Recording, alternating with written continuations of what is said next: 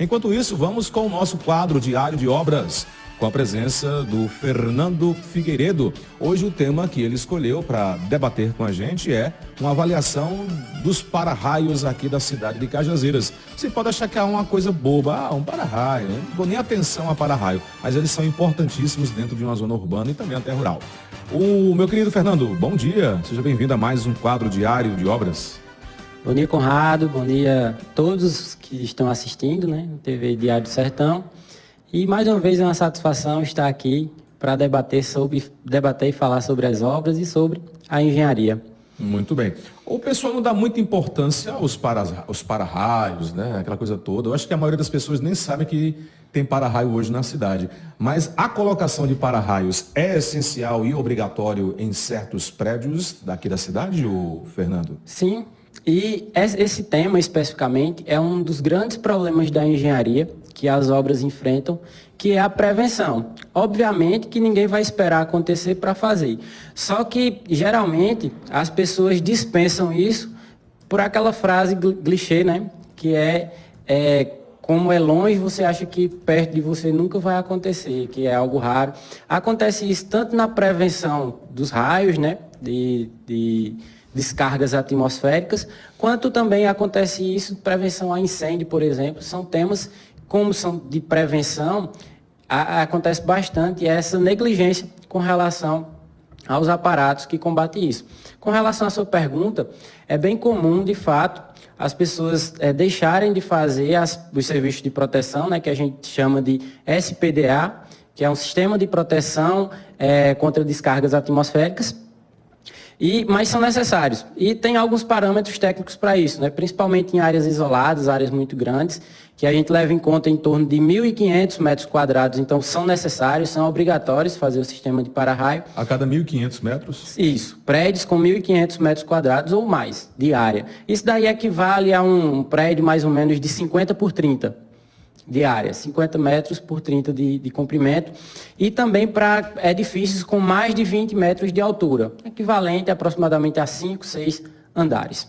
Então, nesses casos, é obrigatório o uso de para-raio, mas também em locais, se falou de zona rural, em locais afastados, locais isolados, é ideal que se tenha esses aspectos, tanto que há muitos relatos de pessoas que moram em zona rural e que conhecem ou ficaram perto de situações dessas de descargas elétricas e que é muito perigoso. Para você ter ideia, no Brasil morre em torno de 100, 110 pessoas por ano de descargas elétricas.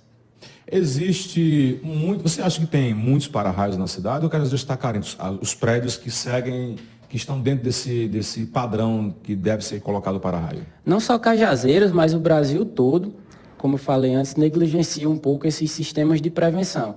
Geralmente é assim que a gente faz, né? Infelizmente, espera não. Ocorre um desastre muito grande, aí começa a vir normas, exigências, etc. Mas no aspecto de Cajazeiras, nós estamos muito inferior ao necessário. Como eu disse, em zonas isoladas, principalmente, áreas grandes, edifícios altos, é necessário o sistema de proteção e, principalmente, os que têm precisam fazer a manutenção desse sistema regularmente.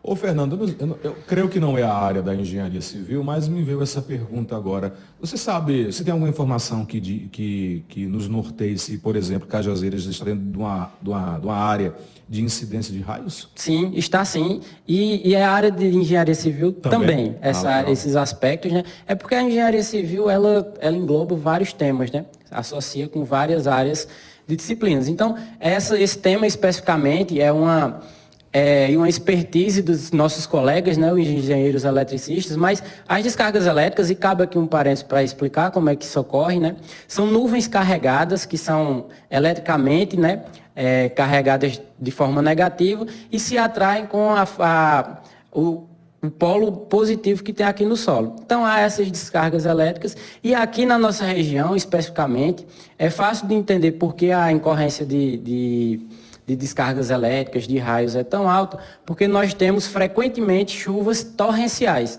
que em termos gerais, em termos didáticos, são chuvas muito fortes, chuvas de 100, de 130 milímetros, que todo ano, no período chuvoso, nós temos aqui. Então, essas chuvas torrenciais, elas têm uma carga muito alta, elas são nuvens pesadas, são nuvens densas, e dá para perceber quando está chovendo, a gente olha para o céu.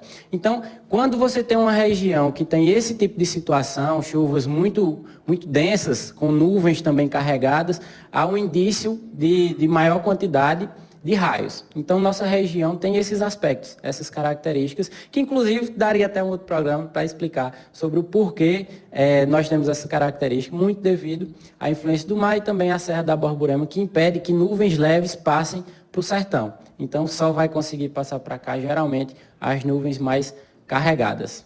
Interessante. Tem algum órgão que fiscalize se esses para-raios estão adequados e funcionando? Tem sim, tem sim. Tem uns órgãos estaduais, juntos com a ESA. Nós temos faculdades de meteorologia muito boas em Campina e em João Pessoa, que determinam esses padrões, que preveem essas situações e, claro, que junto com todas as engenharias, né, alertam a sociedade, a população, para fazer os seus sistemas de prevenção e, claro, não esperar acontecer para se preocupar. Maravilha. Fernando, mais alguma coisa sobre o assunto? Sim, então sim. É justamente essas características, né, que as pessoas procurem entender como é que esse sistema funciona.